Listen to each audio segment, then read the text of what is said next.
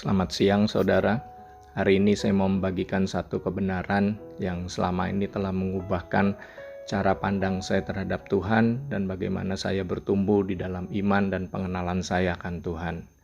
Nah, cara kita memandang seseorang akan sangat mempengaruhi bagaimana kita mengenal orang tersebut.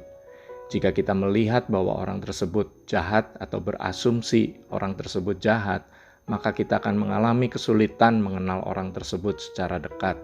Karena dalam pikiran kita, orang tersebut adalah orang yang jahat, padahal belum tentu orang tersebut jahat. Demikian juga cara pandang atau persepsi kita tentang Bapa di surga akan sangat menentukan seberapa dalam kita bisa mengenal dan seberapa dekat kita bisa berhubungan dengannya. Salah satu persepsi yang salah mengenai Allah adalah pengertian mengenai kedaulatan Allah. Kita semua setuju bahwa Allah berdaulat penuh. Dia maha kuasa, dia berada di atas segala yang ada, dan tidak ada yang dapat mengatur Allah. Tetapi kebenaran ini seringkali ditarik terlalu jauh, sehingga kita menganggap bahwa satu, Allah mengendalikan semua yang terjadi dalam hidup kita, baik itu hal yang baik maupun hal yang buruk. Dan yang kedua, tidak ada apapun yang terjadi tanpa seizin Allah. Akibatnya kita mulai berpikir bahwa semua kejahatan, tragedi, penyakit, bencana, kehancuran, hal-hal yang buruk, kematian, dan sebagainya diatur oleh Allah. Atau dalam bahasa yang lebih halus kita mengatakan atas izin Allah. Karena pengertian kita bahwa Dia mengendalikan segalanya di dalam dunia ini, baik itu hal yang positif maupun hal yang buruk. Nah, saudara, pengertian ini akan membawa kita pada satu kebingungan mengenai sifat Allah yang sebenarnya.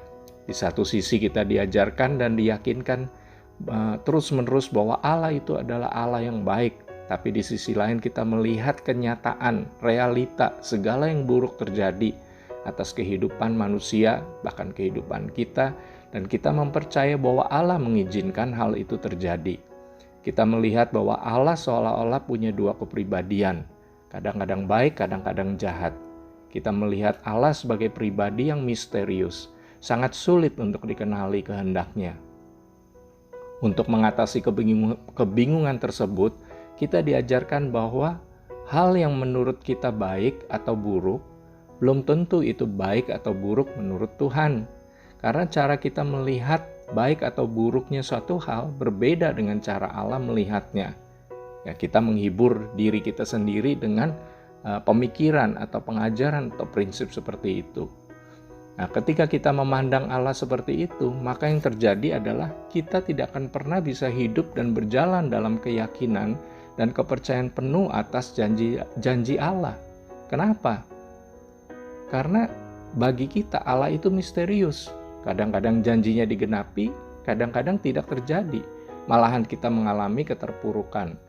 Akibatnya kita mengembangkan suatu pengertian. Kita harus berserah sepenuhnya kepada Tuhan. Yang mana sebenarnya itu bukanlah penyerahan diri yang sejati, melainkan respon atas ketidakmengertian kita mengenai prinsip kedaulatan Allah dan menunjukkan ketiadaan iman kita. Dan akhirnya itu hanya akan membentuk pasivitas di dalam diri kita. Nah, saudara, kebenarannya adalah Allah berdaulat penuh atas segalanya, dan kedaulatannya dijalankannya melalui setiap perkataan yang keluar dari mulutnya atau setiap firman-Nya. Ibrani 1 ayat 3 mengatakan bahwa Dia menopang segala yang ada dengan firman-Nya yang penuh dengan kekuasaan. Yesaya 55 ayat 11 mengatakan bahwa firman yang telah diucapkan, firman yang keluar dari mulut Allah itu pasti berlaku, pasti terjadi, pasti digenapi. Tidak mungkin ada firman-Nya yang gagal terlaksana. Ya, dan Tuhan tidak pernah dan tidak bisa menarik perkataannya sendiri. Bilangan 23 ayat 19 mengatakan itu. Karena Dia sendiri terikat dan mengikatkan diri pada ucapannya. Contoh, ketika Tuhan berfirman kepada Adam bahwa kalau dia makan buah pohon pengetahuan yang baik dan jahat, maka dia akan mati. Nah, tolong dilihat di sini. bukan merupakan kehendak Tuhan supaya Adam mati atau terpisah dari Tuhan. Tetapi karena manusia punya kehendak bebas, dia bisa memutuskan untuk mentaati atau melanggar perintah Tuhan itu. Ketika Adam melanggarnya, maka bukan Tuhan yang memberikan hukuman, tetapi apa yang sudah Tuhan katakan, apa yang sudah Tuhan firmankan, itu harus dan pasti terjadi. Itulah kedaulatan Allah yang dijalankan melalui perkataan firman-Nya. Sama seperti hukum gravitasi.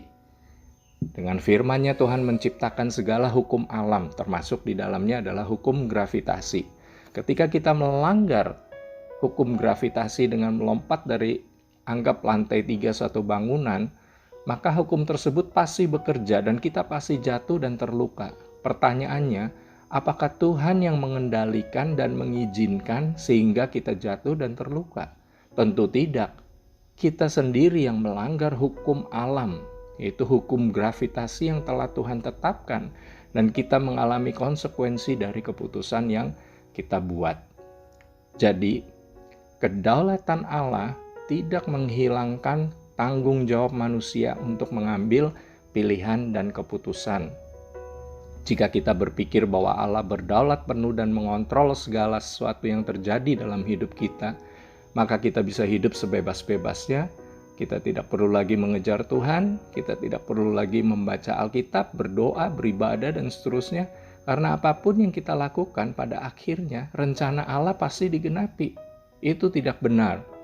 Allah mengontrol segalanya, maka kita tidak perlu lagi membaca Ulangan 28 misalnya, ya, yang disampaikan bahwa bangsa Israel diberikan satu pilihan, kutuk dan berkat.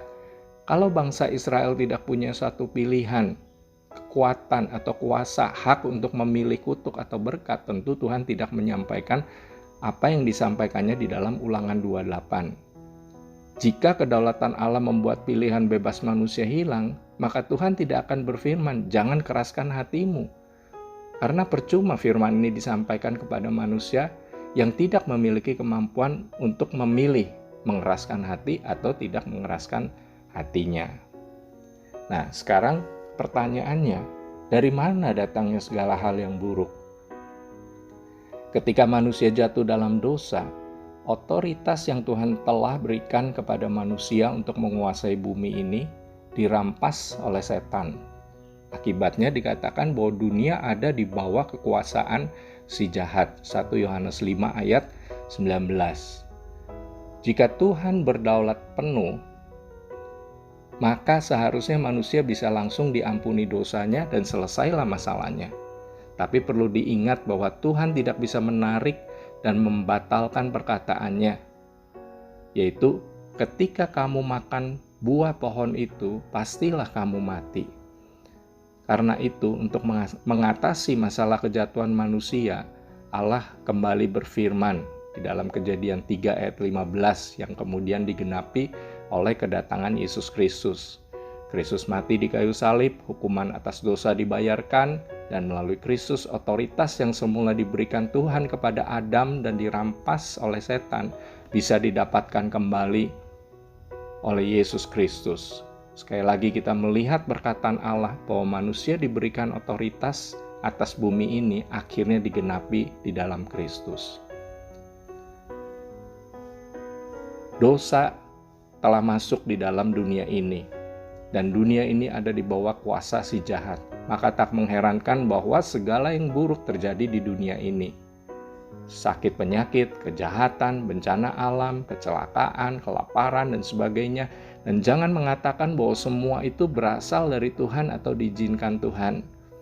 Semua itu terjadi akibat kegagalan manusia mentaati Allah, sehingga setanlah yang mengambil otoritas atas dunia ini. Tidak ada hal-hal yang baik yang berasal dari setan. Demikian juga sebaliknya, bahwa tidak ada hal yang buruk yang berasal dari Bapa, karena kehendak hati Bapa semata-mata adalah untuk kebaikan kita. Nah, seringkali kita mendengar bahwa Allah turut bekerja dalam segala sesuatu. Ya, Roma 8 ayat 28 ini, seringkali ditafsirkan bahwa segala hal yang terjadi atas kehendak dan izin Allah. No, ayat itu tidak mengatakan bahwa Allah lah yang membuat segala hal terjadi dalam hidup kita. Tetapi dalam segala hal yang terjadi dalam hidup kita, bahkan hal yang buruk sekalipun, yang mana itu bukan merupakan keinginan hati Bapa, karena Bapa di surga adalah Bapa yang baik. Karena kebaikan hatinya, dia turut bekerja di dalam segala keadaan tersebut. Dia membawa penghiburan, dia memberikan hikmat, dia membuat jalan keluar, dia membawa kita mendekat kepadanya, dia membuka mata kita sehingga kita bisa lebih mengenal dia, dia membawa kita kepada pertobatan. Inilah yang dimaksud dengan Roma 8 ayat 28. Roma 8 ayat 28 tidak pernah mengatakan bahwa Tuhanlah yang menjadi sumber segala hal yang terjadi di dalam hidup kita. Justru segala hal yang terjadi dalam hidup kita, bahkan hal yang buruk, kesalahan yang kita lakukan, pilihan-pilihan yang kita lakukan, atau apa yang iblis kerjakan, lemparkan di dalam hidup kita, Tuhan turut bekerja. Tuhan melakukan segala hal dengan caranya yang brilian untuk membuat semua hal yang kelihatannya buruk itu membawa satu kebaikan bagi kita, karena Bapa adalah Bapa yang baik. Nah, demikian saudara, saya sudahi apa yang saya bagikan. Mungkin ada hal-hal lain yang lebih jauh, kita akan sambung pada bagian berikutnya. Saya berharap apa yang saya sudah bagikan hari ini, saudara bisa nangkap, saudara bisa cerna perlahan-lahan, sehingga akhirnya kita bisa mengerti bahwa kita punya Bapa yang baik, yang tidak pernah merancangkan dan merencanakan hal-hal yang buruk untuk saudara dan saya, sehingga kita bisa punya satu keyakinan yang penuh untuk mengenal, untuk mendekat dengan tidak ada ketakutan, tapi dengan penuh keberanian kita bisa menghampiri Bapa, karena kita tahu Bapa kita adalah Bapa yang baik. Terima kasih, Tuhan memberkati.